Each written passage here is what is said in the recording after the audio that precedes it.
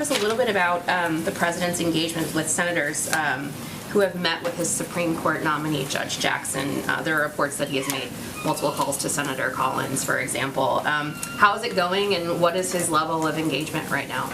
The president has been very closely engaged in this process, even while he is rallying the world to stand up against President Putin. He has made a range of calls over the course of time. I'm not going to confirm specifics of those from here. I would also note that Judge Jackson has been meeting with a range of members on the Hill, as you all have seen every day, including members who may not have had any record of voting for nominees of ours in the past, but she's committed to meeting with every member of the Judiciary Committee before her hearing, and she is quickly working through that. And she is also committed to meeting others beyond that period of time. And many of them have come out and spoken to her their meetings with her after that. So I think that gives the best assessment of how things are going quite well. Go ahead.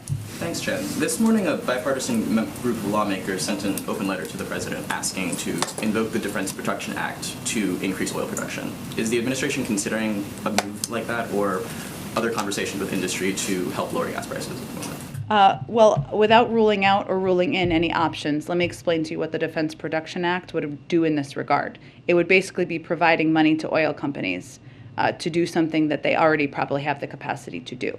Have you been in conversation with these oil companies since this latest rise of gas prices has come to increase production? We have been. We have had senior officials in touch with oil companies, yes. Switching gears really quickly on President Biden's conversation with the Colombian president today. As a strategic partner, in the latest talks with Venezuela, was Colombia involved in those talks about releasing Americans? And will further talks about releasing Americans from Venezuela be part of President Biden's conversation today? I don't believe they were part of the conversation with Venezuelans, with Maduro about releasing Americans. I can certainly check on that front. We will, I'm sure, have a readout after the meeting that the president is having shortly. And then on another migrant crisis, Colombia's obviously been dealing with their own migrant crisis coming out of Venezuela for years now. As part of these, as you've all said, that migration is going to be a major part of these conversations with Colombia. Is the administration prepared to help the refugee crisis that's going on in that country and manage the outflow from Venezuela into Colombia? Well, one, they have been a model. Colombia has in many ways in trying to take steps not only to welcome refugees but also to crack down in many ways on migration. That's part of the conversation that the president will have. We have provided a range of assistance in the past, but I don't believe that there's a new assistance package coming today, but that has been part of our engagement with them in the past. Go ahead. Oh, sorry, did I skip you, Ed? I'm sorry. Go ahead. In the readout of the call between the president and Turkey's President Erdogan, wrote that the president appreciated Turkey's effort to support a diplomatic resolution. How would you characterize the White House's role today in supporting a diplomatic resolution to the crisis, if there's any role the U.S. is playing? The U.S. is leading the global effort to rally opposition to the actions of President Putin, and we have been engaged with the Ukrainians on a daily basis. We've provided more security assistance, more humanitarian assistance than any country in the world, and there wouldn't be the unity of financial sanctions and actions without the leadership of the United States. So what we're doing is we're putting the Ukrainians in a position of increasing, hopefully, strength in their negotiations and discussions. Is the U.S. playing any concrete role in facilitating these diplomatic talks? We are supporting the efforts by a range of leaders, including Erdogan, including our Turkish allies, including the Israelis, including the French, and others who are engaging directly with President Putin over this. And if I could just ask a follow-up on inflation. You've been getting questions about inflation for months. Sure. And you've talked about a lot of work the White House is doing, but it's largely been long-term strategy, right? Supply chain work, supporting manufacturing in the U.S., semiconductors. It's the Americans that woke up with another round of headlines about inflation this morning. Is there something you want to point to that's what the White House is doing to provide short-term relief, like immediate relief to the rising costs? I would say that a huge part of what we've done has had an impact already. One is obviously inflationary pressures have been caused by the pandemic, and getting the pandemic under control which has been the president's top priority, has the biggest impact on that. We've seen hospitalizations go down. We've seen people return to the workplace. We've seen 99% of schools open across the country. Also, the steps that our supply chain task force have taken have already had an enormous impact, including increasing movement through ports by, I believe, about 60%. If you look at shelves at stores right now, 89% of them are stocked. That is a direct result of the actions of the supply chain task force and this president. It is also true that while the early stages of inflationary pressures were caused by the pandemic and caused by the impact on the supply chain of that right now what we're looking at are different pressures, right? Which is the pressure of the energy sector that is a direct result of President Putin's invasion of Ukraine. And what we are doing in that regard is leading the world in responding to that and looking at every option possible, including coordinating a coordinated release from the Strategic Petroleum Reserve to ensure we're increasing supply to reduce prices. So I would say that there are a range of steps that have already had an enormous impact across the board on addressing inflationary pressures, but we also are dealing now with a new challenge that is why we're seeing the inflationary pressures go up. Go ahead. Just to follow up on your point that you said that senior administration officials have been in touch with oil companies about boosting supply. I don't know unless this has been reported elsewhere. Can you say which ones and what the response is? I'm not going to detail it further, but we've clearly met with them and remain engaged with them as we do with a range of private sector companies. One other on Ukraine, we talked about chemical and biological weapons. As Russia appears to be moving towards encircling Kyiv itself, something that Pentagon officials, you or others have said could take several days, if not weeks.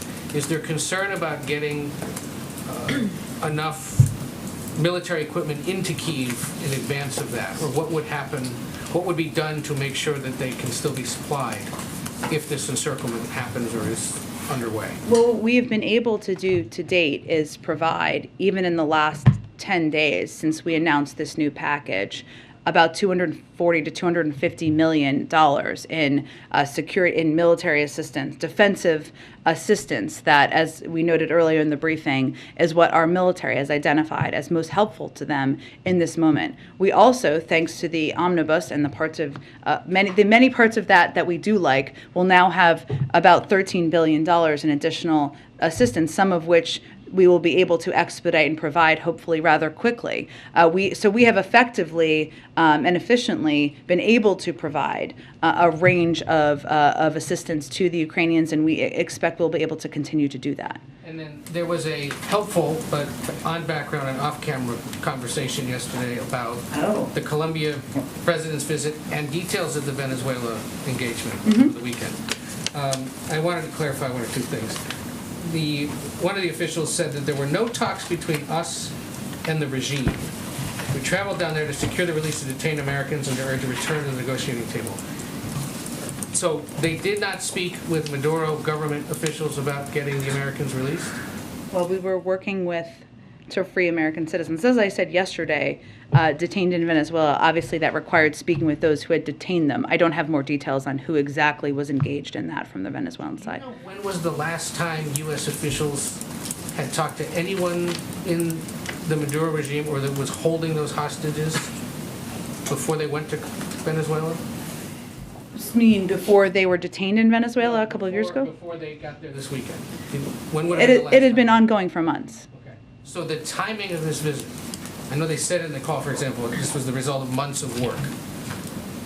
Was it prompted by what's going on in Ukraine, their visit, or was it the result of unrelated months of work? Because there are some looking at this saying they're taking advantage of the Ukraine situation, potential vulnerability, the need for oil in the global supply, not just in the U.S., but globally. This must have been why they went this weekend. Well, the issue of detainees is our first priority. And we are also, as you know, had discussions about a range of issues, even as they were through different channels. But I would note that there have also been developments, including Maduro committing to engage with talks with the opposition that have happened over the last couple of days. But the release of the detainees was not for the exchange for sanctions relief or buying oil. And as I noted a little bit earlier in the briefing, this is not currently an active, while they are a very large producer of oil, this is not currently at this moment an active conversation about importing their oil. So that's where things stand at this point in time. But obviously, when there's opportunity to bring American citizens who are detained home, we're going to take advantage of that opportunity. Can I follow up on that? Yeah. On the timing of these meetings with Nicolas Maduro, when did these meetings actually start? You When mean? was the first time that there was an engagement between the U.S. government and Nicolas Maduro? Well, the engagements with those who have been detaining Americans have been ongoing for months. But can you be a little bit more specific? I can see if on there's the time? anything more specific I can get you, sure. And also following on that, since the president is already here, I mean, in Washington, D.C., the president of Colombia, Yeah. Ivan Duque, and about to meet with President Biden, was there any courtesy call from the U.S. regarding this engagement with Nicolas Maduro, given the circumstances and given that President Duque has been one of the most vocal critics in the region against Nicolas Maduro? I'm happy to check and see if there's any more details we can provide on our diplomatic engagements. I would note that our objective here and our top priority was bringing American citizens home. Typically, those conversations and the briefing out of them happens in a very, very small circle, and so I would just note that. But I will see if there's more detail we can provide. Question, if I may. Is there any intention to declare Colombia as a principal extra NATO ally after the meeting with the president or even prior to? Sure. Let's let the meeting happen. We will have a readout of the meeting after the meeting, and I'm sure there will be some developments coming out of it. Go ahead. Can I follow up on the vote that took out the COVID funding? Well, obviously, one of the issues that rose with the Democrats in the House was the offsets. Was the White House on board with that arrangement, with taking sort of half of that funding from the pre-existing funds, and is that something that would be workable in a standalone piece of legislation? I'm just not going to negotiate on this from here. Our objective is to ensure that there is additional funding so that we can continue to meet the needs of the American people. As I noted earlier, those conversations are ongoing, when we will certainly be a part of them from here in our legislative team. And one more on gas prices. I know you've spoken, I think, about the gas tax before, but there was a group of Democratic governors who wrote a letter to congressional leadership about a potential federal gas tax holiday, something that the president would engage Congress on? We have not taken any options off the table, and including that one. I would just note that the gas tax, if I'm correct here, is about 18 cents. And obviously gas has gone up by a larger amount than that. So we will consider a range of options, but the biggest impact we believe we can have is working through a range of channels to increase supply in the global marketplace, and that is where a lot of our energies are focused on, but we have not taken options off the table. Go ahead. Thanks, Jen. I wanted to follow up on something you said earlier about how the U.S. is supporting the diplomatic talks between the Ukraine and Russia, but has there been conversations about America getting more involved, and is there a point where President Biden needs to bring both sides to the table? Well, I would say that what our biggest focus is on is continuing to support the Ukrainians, the Ukrainian leaders, and we are doing that by being the largest provider of military, security assistance, and humanitarian assistance in the world. And our objective is to strengthen them, boost them as they are participating in these negotiations. I have not, the president has never closed the door to diplomacy. Certainly he has been leading the diplomatic effort largely around the world as we're rallying opposition to President Putin's efforts. But we've also been engaging before and after nearly every one of these conversations with the Ukrainians, with the Europeans, to discuss where we can support and get readouts of all of these conversations. And one more. Former Vice President Mike Pence was at the Ukrainian border today. Did the administration know he was going, and was there any kind of State Department support for him or any kind of official support? I'm certainly happy to check. April, why don't you do the last one? Go ahead. Okay, Jen, two questions. One, I want to find out what's the latest on Brittany Griner, if you have an update, and also what is the end goal when it comes to this situation for the Biden administration? The end goal of the war. Resolution for Brittany Griner in the midst of all of this. Well, we have, of course, seen the reports. I cannot speak to the specifics of it because we do not have a Privacy Act waiver. But our objective is always to bring American citizens home who are detained in foreign countries. So that will remain our focus, and that's what we'd like to see the end outcome to be. Is this Putin's bargaining chip? Is she Putin's bargaining chip?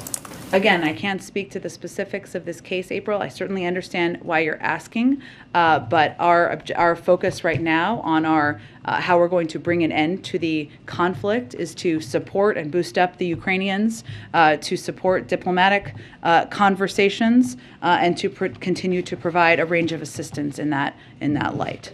Speak to specifically why she's detained, all of that, but the end result, can you get into a little bit of the weeds, the minutia, as to what you're doing and how to bring her back? I cannot speak to that from here.